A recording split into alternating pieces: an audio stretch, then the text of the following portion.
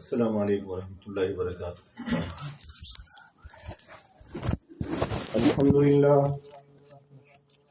الحمد للہ نحمده ونستعینه ونستغفره ونؤمن به ونتوکل علیہ ونعوذ باللہ من شرور انفسنا ومن سیئات اعمالنا، من يهده الله فلا مضل له ومن يضلله فلا هادي له، ونشهد أن لا إله إلا الله وحده لا شريك له، ونشهد أن سيدنا وسندنا ومولانا محمدا عبده ورسوله. قال الله عز وجل في القرآن المجيد والفرقان الحميد: أعوذ بالله من الشيطان الرجيم، بسم الله الرحمن الرحيم. يا أيها الذين آمنوا ادخلوا في السلم كافة، صدق الله العظيم. قال الله عز وجل في مقام آخر: بسم الله الرحمن الرحيم. كنتم خير أمة أخرجت للناس تأمرون بالمعروف وتنهون عن المنكر. قال الله عز وجل في مقام آخر: بسم الله الرحمن الرحيم. ومن أحسن قولا ممن دعا إلى الله وعمل صالحا وقال إنني من المسلمين. صدق الله العظيم. قال النبي صلى الله عليه وسلم: الكيس من دان نفسه والعمل لما بعد الموت. عن أغر المزني رضي الله تعالى عنه قال: قال رسول الله صلى الله عليه وسلم: إنه ليغان على قلبي حتى أستغفر الله في اليوم 100 مرة، أو كما قال عليه السلام. واجب الاحترام دوستوں، بزرگوں، بہنوں اور بیٹیوں، السلام علیکم ورحمۃ اللہ وبرکاتہ۔ جیسا کہ آپ تمام حضرات کو معلوم ہے کہ ہم خانقاہی سلسلے کی ایک ایسی مجلس جس میں دلوں کے زنگ اتارنے کے لیے بیانات کا سلسلہ جاری کیا گیا ہے، اس میں شریک ہے۔ میرے اللہ رب العزت نے قرآن کریم کے اندر ارشاد فرمایا: یا ایھا الذین آمنوا ادخلوا فی السلم کافہ، اے ایمان والو دین میں پورے داخل ہو جاؤ۔ ایک جگہ اللہ نے ارشاد فرمایا: الذی احسن کل شیء خلقہ وبدأ خلق الانسان من طین، کہ ہم نے انسان کو مٹی سے بنایا ہے اور سب سے خوبصورت انداز کے اندر پیدا کیا۔ یہ انسان انی جاعل فی الارض خلیفہ، اللہ نے اس کے متعلق فرمایا فرشتوں سے کہ میں نے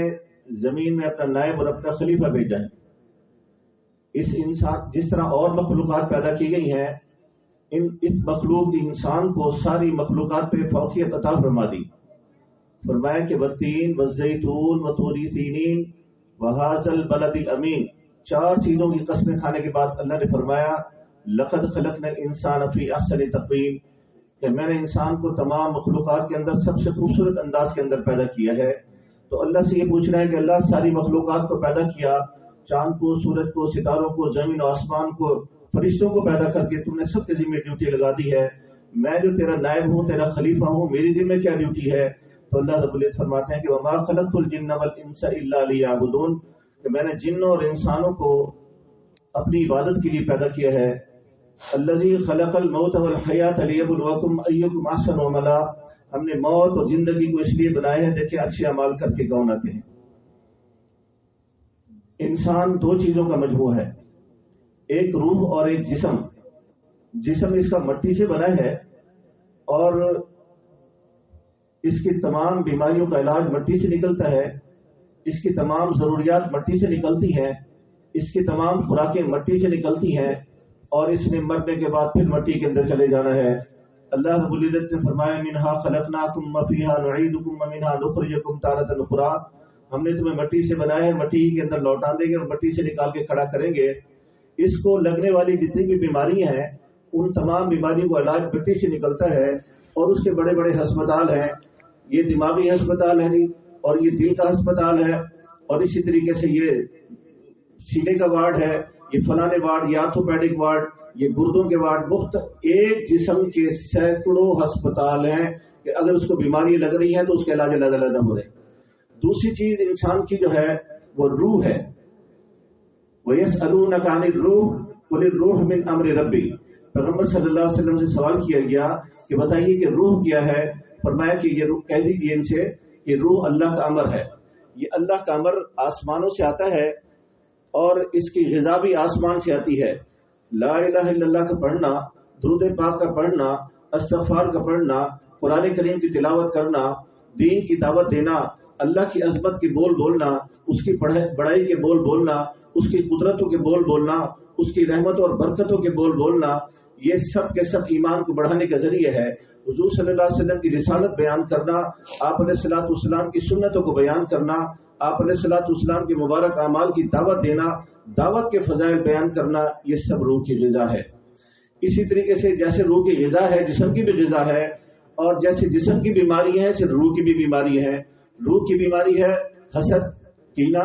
تکبر، لالچ، عجب، حب دنیا، غصہ، یہ سب روح کی بیماری ہے. جیسے جسم کے بیماریوں کے ہسپتال ہیں، جسم کے بیماریوں کے اسپیشلسٹ ڈاکٹر ہوتے ہیں، اسی طریقے سے روح کی بیماریوں کے ہسپتال خانقاہی نظام ہے.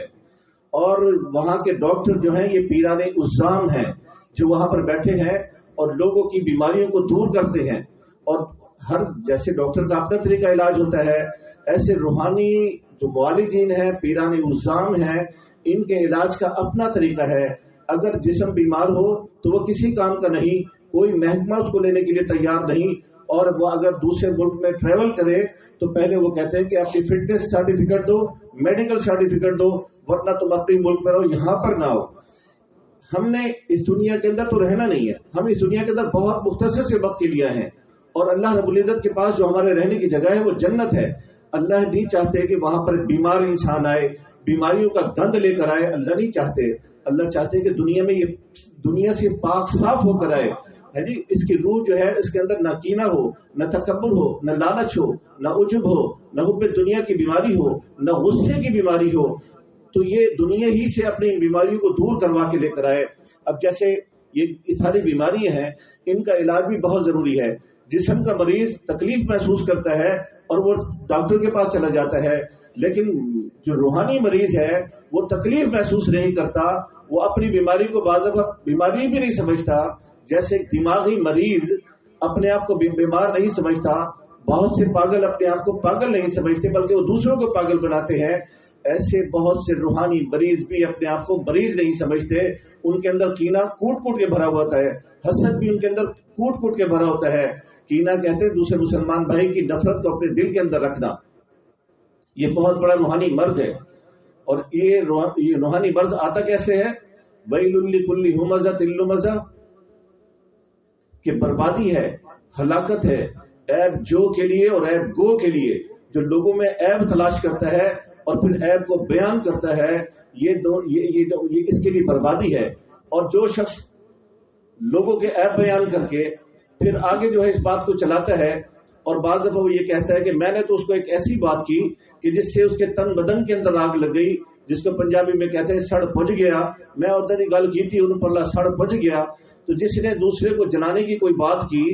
تو اللہ رب العزت فرماتے ہیں نار اللہ الموقدہ التی تطلع علی الافئدہ، کہ جہنم، اللہ فرشتوں سے کہیں گے کہ جہنم کے اندر کے جو ستون ہے اس کے اندر اس انسان کو باندھو، اور ایک اچٹتی ہوئی آگ ہوگی جو اس کے سینے کے اندر سے سوراخ کرتی ہوئی اس کے دل تک پہنچے گی اور دل کو جلائے گی. جیسے ایک تندور کی آگ والے چولہے کی آگ ہوتی ہے، بھٹیوں کی بھی آگ ہوا کرتی ہے، لیکن ایک آگ ہوتی ہے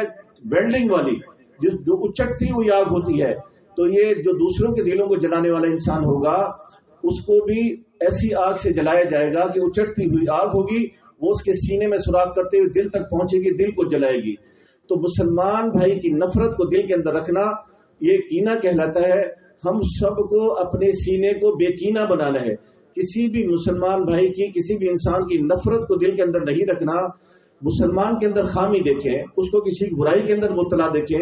تو ہمارا کام یہ نہیں ہے کہ ہم اس انسان سے نفرت کریں. ہمیں پیغمبر علیہ الصلوۃ والسلام اور حضرات انبیاء نے، وارثین انبیاء نے یہ سکھلایا ہے کہ انسان قابل رحم ہے. اس کے اندر جو برائی ہے اس کو دور کرنا یہ ہم سب کی ذمہ داری ہے. جیسے ڈاکٹر مریض سے نفرت نہیں کرتا، مرض سے نفرت کرتا ہے، اس کے خون کے اندر اور پیپ کے اندر ہاتھ مار رہا ہوتا ہے، 4 گھنٹے اس کے اوپر کھڑا ہو کر آپریشن کر رہا ہوتا ہے، اور جو ہے اس کی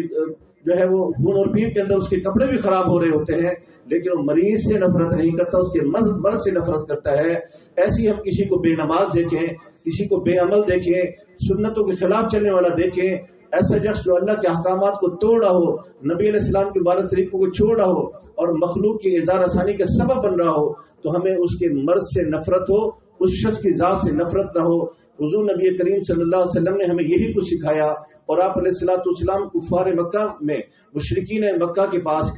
ایک دفعہ نہیں 100 دفعہ گئے ہیں کہ شاید اب اس کی ہدایت کا فیصلہ ہو گیا ہو. جن لوگوں کے اندر ہم کسی برائی کو دیکھیں، ہم ان کے پاس جا کر اللہ کے احسانات ان کے سامنے کھول کر بیان کریں، اللہ کی نعمتیں ان کے سامنے کھول کر بیان کریں کہ یہ کیا کم نہیں ہے کہ اللہ نے مجھے اور آپ کو صحیح دماغ والا بنایا، ورنہ ہم پاگل خانے کے اندر ہوتے یا کسی دماغی ہسپتال کے اندر ہوتے. اگر اللہ نے ہمیں آنکھیں نہ دی ہوتی تو ہم اندھے ہوتے، اللہ نے ہمیں زبان نہ دی ہوتی تو ہم گونگے ہوتے، اللہ رب العزت نے ہمیں ہاتھ پاؤں نہ دیے ہوتے ہم ٹنڈے منڈے کہلاتے، اللہ نے ہمیں صحت نہ دی ہوتی ہم بیمار ہوتے، ہسپتال کے کسی وارڈ کے اندر پڑے ہوتے، اللہ نے ہمیں آزادی نہ ہوتی ہم کسی جیل خانے کے اندر پڑے ہوتے، اللہ نے ہمیں عزت کی روزی نہ ہوتی ہم ایسی جگہ پر جو ہے روزی کما رہے ہوتے جہاں پر ہاتھ بھی کالے، کپڑے بھی کالے، ہاتھ پاؤں مٹی میں، کپڑے بھی مٹی کے اندر ہے جی. اللہ نے ہمیں عزتوں والا بنایا ہے، ورنہ بہت سے لوگوں کو ذلیل ہوتے ہوئے ہم نے دیکھا. اس کے لیے غریب ہونا ضروری نہیں ہے، بلکہ بہت سی دولت والوں کو ہم نے انتہا سے زیادہ بے عزت ہوتے ہوئے دیکھا. کل کے وزیر اعظموں کو آج کا اسیر اعظم بنتے دیکھا، کل کے وزیروں کو آج کا اسیر بنتے دیکھا. کل کو وہ لوگ جن کو سینکڑوں لوگ سلوٹ مارتے تھے، وہی لوگ ان کے ڈنڈے مار کے ان کو گرفتار کر رہے ہیں. تو یہ عزت بیسی اللہ کے ہاتھ میں ہے. اللہ نے مجھے اور آپ کو عزت والا بنایا، تو ہم یہ نعمتیں کھول کے جو ہے لوگوں کے سامنے رکھیں کہ دیکھیں اللہ نے ہمیں کھانے پینے کی نعمتیں دی ہیں. بہت سے لوگ ہیں ہسپتال کے اندر پڑے ہوئے ہیں، چمچے سے ان کے منہ میں پانی ڈالا جاتا ہے، پانی نیچے نہیں اترتا. ہم جگوں کے جگ، گلاسوں کے گلاس، لسیوں کے اور جو ہے شربتوں کے یہ پی جاتے ہیں جی، اور روٹیاں کھاتے ہیں، فروٹ کھاتے ہیں، غلے اناج کھاتے ہیں، اور مختلف قسم کے میوجات اور مٹھائیاں کھا رہے ہیں. ہر چیز کھا رہے ہیں، سب چیزیں ہضم ہو رہی، بڑا گوشت بھی چھوٹا بھی. دیکھیں ہم رات کو سو رہے ہوتے ہیں، جانوروں کے اندر اللہ گوشت بنا رہے. یہ اللہ کی قدرتیں ان کے سامنے بیان کریں کہ اللہ کی کتنی قدرتیں ہیں، اس کے احسانات ہیں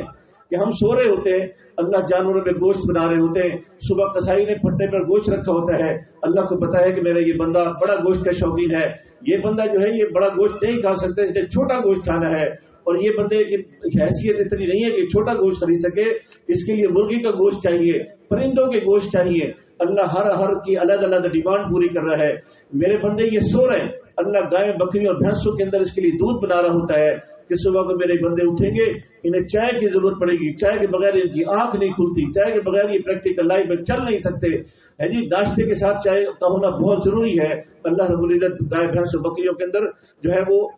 دودھ بنا رہے ہیں. اسی طریقے سے ہم ابھی اپنے گھر کے اندر ہوتے ہیں، ہمارے پاس پیسے بھی نہیں آئے ہوتے، ہمیں لباس کی ضرورت ہوتی ہے. اللہ دکانوں کے اندر کب لباس پہنچوا دیتے ہیں، اللہ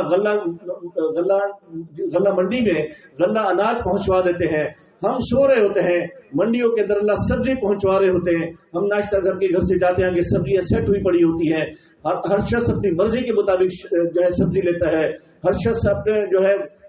اپنی مرضی کے مطابق فروٹ خریدتا ہے. تو ہم یہ لوگوں کے سامنے اللہ کے احسانات کھولیں نا کہ دیکھیں اللہ ہمارا کتنا رحیم ہے، کتنا کریم ہے کہ اتنے انعامات اور احسانات کے بعد،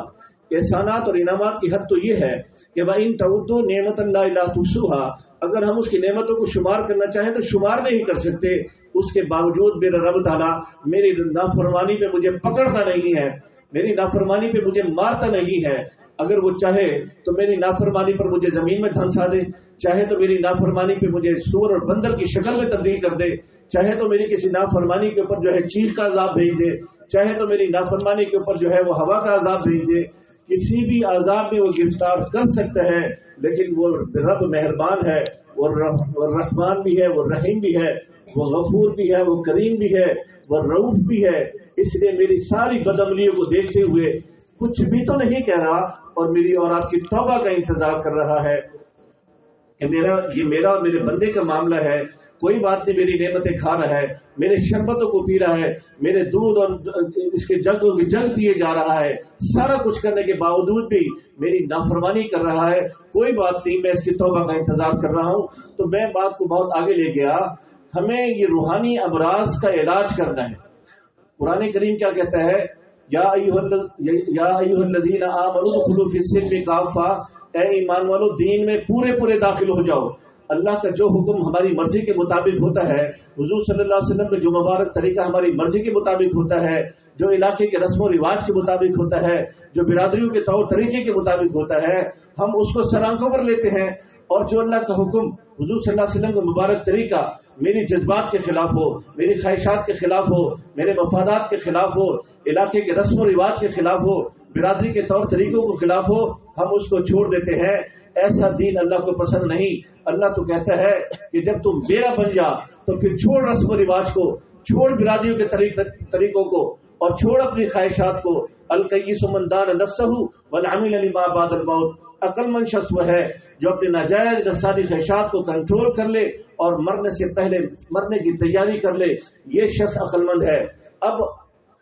ہم اللہ کا حکم کیوں نہیں مانتے؟ حضور صلی اللہ علیہ وسلم کے مبارک طریقے پر ہم کیوں عمل نہیں کرتے؟ دین کو ہم کیوں چھوڑتے ہیں؟ رسم و رواج سے ہم کیوں متاثر ہیں؟ اس کی وجہ یہ ہے کہ ہم روحانی طور پر بیمار ہیں، ہم روحانی طور پر کمزور ہیں، ہمارا ایمان کمزور ہے۔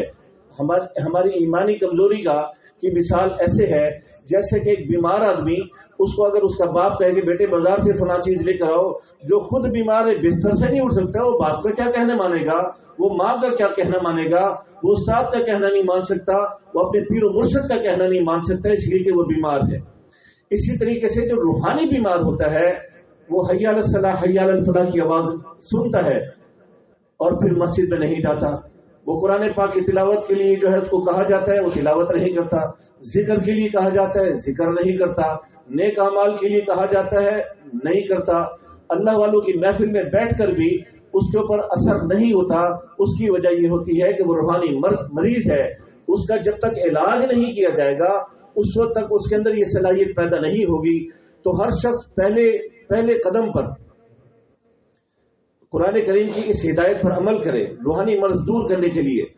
کہ یا ایھا الذین آمنوا اتقوا اللہ وکونوا مع الصادقین، اے ایمان والو اللہ سے ڈرو اور سچوں کے ساتھ رہو، نیک لوگوں کے ساتھ رہو، اللہ والوں کے ساتھ رہو۔ جیسے لوگوں کی صحبت اختیار کرو گے ویسے ہی بن جاؤ گے، اور جیسے مرغی کا انڈا ایک مخصوص ماحول کے اندر رہتا ہے تو اس کے اندر اللہ جان ڈال دیتے ہیں، ایسے ہی گنہگار بندہ جب نیک لوگوں کی صحبت اختیار کرتا ہے تو اللہ رب العزت اس کے مردہ ایمان کو زندہ کر دیتے ہیں، اس کے کمزور ایمان کو قوی بنا دیتے ہیں۔ اللہ والوں کی باتوں سے، اللہ والوں کی نگاہ سے، اللہ والوں کے اللہ کرنے سے، جہاں اللہ کی رحمت ان کے اوپر برس رہی ہوتی ہے، اس بندے میں بھی رحمت برسنا شروع ہوتی ہے، اس کے دل میں بھی پھر اللہ رب العزت جو ہے وہ بیماری دور کر کے ایمان کی روشنی پیدا کر دیتے ہیں، اس کے اندر بھی ایمانی صلاحیتیں پیدا ہونا شروع ہو جاتی ہیں۔ دل کا زنگ اتارنے کے لیے جیسا کہ قرآن کریم میں بھی ہے کلا بل ران علی قلوبہم ما کانوا یکسبون، کہ ان کے اوپر دلوں کے اوپر زنگ چھا گیا ہے جی۔ تو جب دل کے اوپر زنگ آ جاتا ہے تو اللہ والوں کی بات کا اثر نہیں ہوتا، اللہ کے احکامات کا اثر نہیں ہوتا، حضور پاک علیہ الصلوۃ والسلام کے فرمان کا نور اس کے اندر داخل نہیں ہوتا۔ تو اس کی مثال ایسے ہے جیسے ایک شیشے کے اوپر گارا مٹی جمی ہوئی ہو، ہم اس کے سامنے سورج کے سامنے کریں تو اس کی روشنی اس کے اندر منعکس نہیں ہوتی، کہ شیشے کے اوپر گارا مٹی جمی ہوئی ہے تو ہم شیشے کو صاف کریں گے تو سورج کی روشنی اس کے اندر سے منعکس ہوگی اور وہ یہ لائٹ دور دور تک جائے گی۔ ایسے ہی ہم اپنے دل کو جتنا صاف کریں گے، اس کے اوپر زنگ جتنا اتاریں گے، اور زنگ کو اتارنے کے لیے حضور نبی کریم صلی اللہ علیہ وسلم نے 2-3 چیزیں بتلائی ہیں۔ آپ نے فرمایا کہ دل کے زنگ کو اتارنے کے لیے موت کو یاد کرنا، لذتوں کو ختم کر دینے والی موت، یعنی انا الموت الذی یفرق بین ام والبنات، میں موت ہوں جو ماں اور بیٹی کو جدا کر دیتی ہوں، انا الموت الذی یفرق بین اخی والاخوات، میں موت ہوں جو بہن بھائیوں کو آپس میں جدا کر دیتی ہوں، انا الموت الذی یفرق بین الزوج وزوجتی، میں موت ہوں جو میاں بیوی کو بھی آپس میں جدا کر دیتی ہوں، انا الموت الذی یفرق بین کل حبیب، کہ میں موت ہوں جو تمام چاہنے والوں اور محبت کرنے والوں سے ایک دوسرے کو جدا کر دیتی ہوں، انا الموت انا اطلبکم وادرککم الموت ولو کنتم فی بروج مشیدہ، میں موت ہوں جو تمہاری طلب کے اندر لگی ہوئی ہوں، اگر تم کسی مضبوط قلعے کے اندر جا بیٹھو گے میں تمہیں وہاں پر بھی گرفتار کر لوں گی۔ تو ہم اس لذتوں کو توڑنے والی موت کو یاد کریں، اپنے مرنے گلنے سڑنے کو یاد رکھیں، جیسے کہ بابا فرید دین شنکر رحمۃ اللہ فرماتے ہیں، ویک فریدا مٹی کھلی مٹی اتے مٹی ڈلی، قبر کھلتی ہے لاش کو اندر ڈالا جاتا ہے، تو یہ جسم بھی تو مٹی سے بنا ہے نا، تو ویک فریدا مٹی کھلی مٹی اتے مٹی ڈلی، مٹی ہسے مٹی روے انت مٹی دا مٹی ہوئے، ناکر بندیا میری میری اے دنیا تیری طرح میری، چار دنوں دا میلہ دنیا پھر مٹی دی ڈیری۔ تو ہم اپنے دلوں کے زنگ کو اتارنے کے لیے مرنے کو، گلنے سڑنے کو، قبر میں جانے کو، اس چیز کو یاد کریں، اور پھر جہاں اللہ کے پاس جانا ہے اور وہاں کے جو ہے عذابات ان کا تصور کریں، اور جو اللہ کے انعامات والی جگہ جنت ہے اس کا تصور کریں، اور پھر ہم یہ سوچیں کہ مرنے کے بعد ہم نے اس جگہ پر جانا ہے، اگر میرا اللہ سے تعلق بن گیا تو مزے ہی مزے ہوں گے، اور میں اپنے آبا و اجداد کے ساتھ، میں اپنے پیران عظام کے ساتھ، میں اپنے اللہ کے نیک بندوں کے ساتھ، جیسے کہ اللہ رب العزت نے فرمایا کہ انسان کو جو نیک ہوتا ہے اس کی روح کو جب لے کر اللہ کے پاس جاتے ہیں تو اللہ رب العزت فرماتے ہیں، یا ایتھا النفس المطمئنہ ارجعی الی ربک راضیۃ مرضیہ فادخلی فی عبادی وادخلی جنتی، اے مطمئنہ روح کہ چل اپنے رب کی طرف اور اس کی جو ہے جنت کی طرف، ہے جی وہ تجھ سے راضی، تو اس سے راضی، اور پھر جا اس کے مقبول بندوں کے ساتھ رہے۔ تو دل کا زنگ اتارنے کے لیے موت کو یاد کرنا، اپنے مرنے کو گلنے سڑنے کو یاد کرنا۔ دوسرا میرے آقا نے فرمایا دل کے زنگ کو اتارنے کے لیے قرآن کریم کی تلاوت کرنا۔ قرآن کریم میں اللہ رب العزت نے ہمیں احکامات دی ہیں، اور اللہ رب العزت نے بہت سی چیزوں سے ہمیں منع کیا ہے، بہت سی چیزوں سے ہمیں ڈرایا ہے، بہت سی چیزوں باتوں کی ترغیب دی ہے، اور جنت کا تذکرہ کیا ہے، کہیں جہنم کا تذکرہ کی ہے، جیسے جہنم ہے، جہنم ہے، لظا ہے، حاویہ ہے، حطامہ ہے، یہ جنت کے بڑے بڑے طبقے ہیں، ان طبقوں کا تذکرہ کرنا، ان کے عذابات کا تذکرہ کرنا، اس سے دل کا زنگ اترتا ہے۔ اسی طریقے سے فرمایا کہ اللہ کی عظمت کو بیان کرنا، اس کی کبریائی کو بیان کرنا، اس کی قدرت کو بیان کرنا، اس کی نعمتوں کو بیان کرنا، اس کے احسانات کو بیان کرنا، یہ بھی دل کے زنگ کو اتارتا ہے۔ اور پھر اسی طریقے سے لوگوں کو دین کی دعوت دینا، لوگوں کو ایمان کی دعوت دینا، یہ بھی دل کے زنگ کو دور کرنے کا ایک بہت بڑا ذریعہ ہے۔ جو شخص جتنی دوسروں کو دین کی دعوت دیتا ہے، اللہ اس کے دل کے زنگ کو صاف کرتے ہیں، اور وہ اس کے اندر اپنا ایمان مضبوط ہونا شروع ہو جاتا ہے۔ جب ایمان مضبوط ہوتا ہے پھر نماز پڑھنی آسان ہو جاتی ہے، ذکر کرنا آسان ہو جاتا ہے، تلاوت کرنی آسان ہو جاتی ہے۔ جب ایمان مضبوط ہوتا ہے تو اللہ کے بہت سے حکم جن کو عام لوگ بہت مشکل سمجھتے ہیں وہ ان کو پورا کرنا آسان ہو جاتا ہے۔ گرمیوں کے روزے رکھنے آسان ہو جاتے ہیں، گرمی سردی کی نمازیں پڑھنا آسان ہو جاتی ہیں، پھر تہجد میں کھڑا ہونا اس کے لیے آسان ہو جاتا ہے۔ بی بی فاطمہ رضی اللہ تعالیٰ عنہا ساری رات ایک ہی سجدے میں گزارتی، اور جب حضرت بلال رضی اللہ تعالیٰ اذان دیتے تو اللہ سے کہتی کہ اللہ تیری راتیں اتنی چھوٹی ہیں کہ فاطمہ کا ایک سجدہ بھی مکمل نہ ہوا، نماز اس کی مکمل نہ ہوئی، تیری اتنی بڑی رات بھی فاطمہ کے لیے چھوٹی ہو گئی۔ تو جب اللہ رب العزت سے تعلق بنتا ہے، ایمان مضبوط ہو جاتا ہے، تو پھر اللہ سے ہم کلام ہونے کا مزہ آتا ہے، اللہ کا ذکر کرنے میں مزہ آتا ہے، اللہ سے باتیں کرنے میں مزہ آتا ہے، اللہ سے دعائیں کرنے میں مزہ آتا ہے۔ پھر سجدے سے سر اٹھانے کو دل نہیں چاہتا، رکوع سے اٹھنے کو دل نہیں چاہتا، نماز کے اندر تلاوت ختم کرنے کو دل نہیں چاہتا، اس لیے کہ دل کا زنگ اتر گیا، رب تعالیٰ سے جو ہے اب باتیں کرنے کا مزہ ہی کچھ اور ہے۔ تو جب دل کا زنگ اتر جاتا ہے پھر آنکھوں پہ بھی کنٹرول ہوتا ہے، پھر دماغ کی سوچ پر بھی کنٹرول ہوتا ہے، پھر زبان پر بھی کنٹرول ہو جاتا ہے، پھر ہاتھ اور پاؤں کے اعمال کے اوپر بھی کنٹرول ہو جاتا ہے۔ اور اگر ایمان کمزور ہو پھر آنکھوں پہ کنٹرول نہیں ہوتا، اور پھر آنکھیں دائیں بائیں گھومتی ہیں، اور اللہ رب العزت جو ہے وہ انسان کی ہر حرکت کو بیان کرتا ہے کہ انسان بعض دفعہ یہ سوچتا ہے کہ میں حضرت صاحب میرے چہرے پہ سنت رسول، میں اس عمر کے اندر میں اگر دائیں بائیں آنکھیں گھما کر کسی غلط چیز کو دیکھوں گا تو لوگ کیا کہیں گے؟ میں اتنے بڑے گھر کی خاتون ہے جی، دینداری سے میرا تعلق، اگر میں جو ہے اس طریقے سے آنکھ کو گھما کے دیکھ لوں گی تو یہ خواتین کیا کہیں گی کہ یہ ویسے تو بڑی دیندار بنی پھرتی ہے لیکن ان کی آنکھیں ان کی کنٹرول میں نہیں، ان کی زبان ان کی کنٹرول میں نہیں۔ تو ہم لوگوں سے آنکھ بچا کر آنکھ کو جو گھما کے دیکھتے ہیں، رب تعالیٰ ہماری اس خیانت کو بھی قرآن کریم میں فرماتے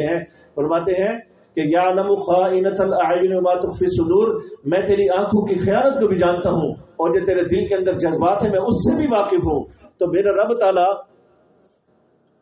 فرماتا ہے، حضور نبی کریم صلی اللہ علیہ وسلم نے رب تعالیٰ کا پیغام دیا کہ دل کے زنگ کو اتارنے کے لیے 3 چیزیں بہت ضروری ہے کہ موت کو یاد کرنا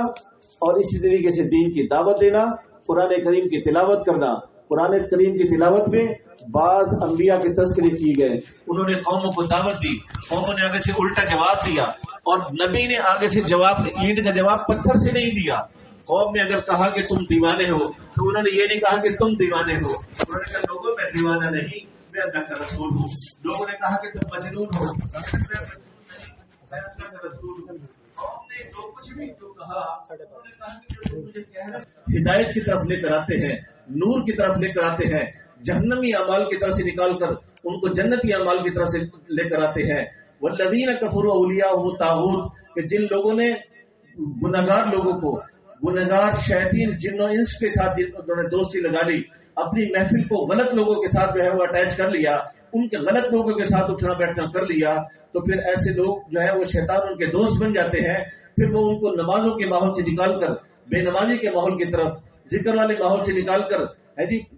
بغیر ذکر والے ماحول کی طرف اور اچھے ماحول سے نکال کر غلط ماحول کی طرف وہ لے جاتے ہیں اور یہ شیطان کے دوست بن جاتے ہیں۔ شیطان ان کو کان پکڑی بھیڑ بنا لیتا ہے، پھر جو چاہتا ہے بلواتا ہے، جو چاہتا ہے دکھواتا ہے، جو چاہتا ہے سنواتا ہے۔ تو پھر ہمیں چاہیے کہ ہم اللہ رب العزت کے اس فرمان پر عمل کریں کہ یا ایھا الذین آمنوا اتقوا اللہ، اے ایمان والو اللہ سے ڈرو، ولتنظر نفس ما قدمت لغد واتقوا اللہ، اور ہر نفس اس بات پر غور کرے کہ اس نے آنے والی کل یعنی موت کے لیے کیا تیار کر رکھا ہے۔ پھر فرمائے کہ واتقوا اللہ، اللہ سے ڈرو، کیوں؟ ان اللہ خبیر بما تعملون، اس لیے کہ اللہ ہر عمل سے باخبر ہے، تم کیا کر رہے ہو، کیا بول رہے ہو، کیا دیکھ رہے ہو، کیا سوچ رہے ہو، اللہ ہر عمل سے باخبر ہے، ہمارے ہر عمل سے باخبر ہے۔ بالکل ایسے ہی جیسے کہ ایک شخص کسی بڑے اسٹور کے اندر جاتا ہے اور وہ چوری اس لیے نہیں کرتا کہ اس نے سامنے ایک پلیٹ پر لکھا ہوا پڑھ لیا ہوتا ہے کہ خبردار کیمرے کی آنکھ دیکھ رہی ہے، ایسے اللہ رب العزت بھی فرماتے ہیں کہ ان اللہ خبیر بما تعملون، اللہ تمہارے ہر عمل سے باخبر ہے۔ ہمیں چاہیے کہ ہم اپنے اندر کی اصلاح کر لیں اور اپنے اللہ کا ڈر اپنے اندر پیدا کر لیں، اللہ کی موجودگی کا استحضار ہو، نماز کے وقت اللہ کی موجودگی کا استحضار ہو، ذکر کرتے وقت اللہ کی موجودگی کا استحضار ہو، تہجد پڑھتے وقت اللہ کی موجودگی کا استحضار ہو، بازار میں نکلتے وقت اللہ کی موجودگی کا استحضار ہو، محفلوں میں بیٹھتے وقت اللہ کی موجودگی کا استحضار ہو۔ جب ہمارا یہ استحضار ہوگا کہ میرا رب مجھے دیکھ رہا ہے تو پھر نہ ہماری آنکھ غلط دیکھے گی، نہ غلط زبان بولے گی، نہ کان غلط سنے گا، نہ دماغ غلط سوچے گا ہے۔ تو ہمیں چاہیے کہ ہم ہر وقت اللہ کی موجودگی کا استحضار رکھیں۔ اللہ رب العزت سے دعا ہے کہ اللہ رب العزت ہم سب کو ان باتوں پر عمل کرنے کی